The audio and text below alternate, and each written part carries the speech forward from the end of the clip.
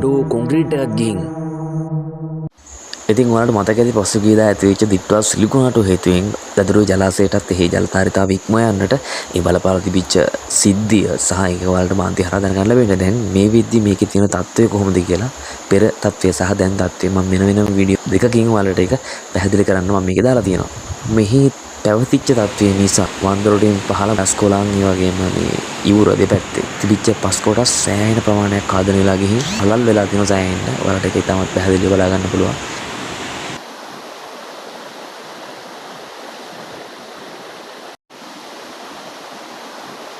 මෙතන තිබිච්ච කුමුක් ගහ වන්දරට 8 විවෘත තිබුණා. ඉතින් මේ වන්දරට වලින් නිකුත් වෙච්ච ජලයේ තිබිච්ච ප්‍රෙෂර් එකත් එක්ක මේක සෑහෙන විදිහට බලපාලා මෙන්න මේ කුමුක් ගහ ගලවගෙන ගිහින් තිබ්බ. ඔයාලට බලා ගන්න පුළුවන්. මට මතක විදිහට පසුගිය 28 වෙනිදා 29 වෙනිකම්ම මේ ගහ තිබුණා මෙතන. මම මේ වීඩියෝ එක කරන මොහොත වෙද්දී වන්දරට දෙකයි අරලා තිබ්බේ. ඒකත් සීමිත ප්‍රමාණයක්.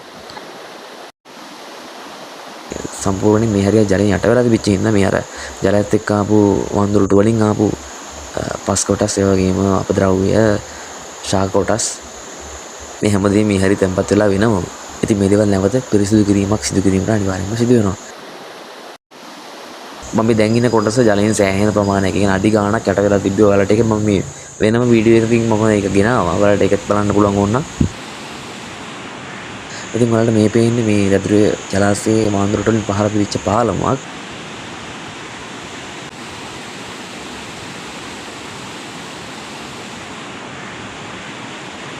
ඒ පාලමේ කෙරවල් කොටස සම්පූර්ණයෙන් කඩාන ගිහින් තිබුණා.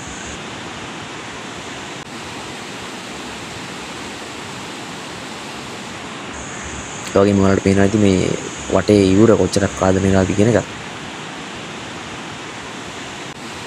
ඔයාලට බලා ගන්න පුළුවන් මේ ගස් කොළන් පෙරලා තියෙන සමහරව ගලවගෙන ගිහින් තියෙනවා.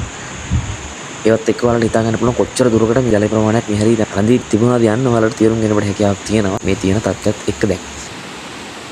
ඉතින් කොහොමවත් තිබිච්ච තත්ත්වය සමන වෙලා ගිහින් තියෙන්නේ. ඔක තමයි ඉඳන් තියෙන තත්ත්වය.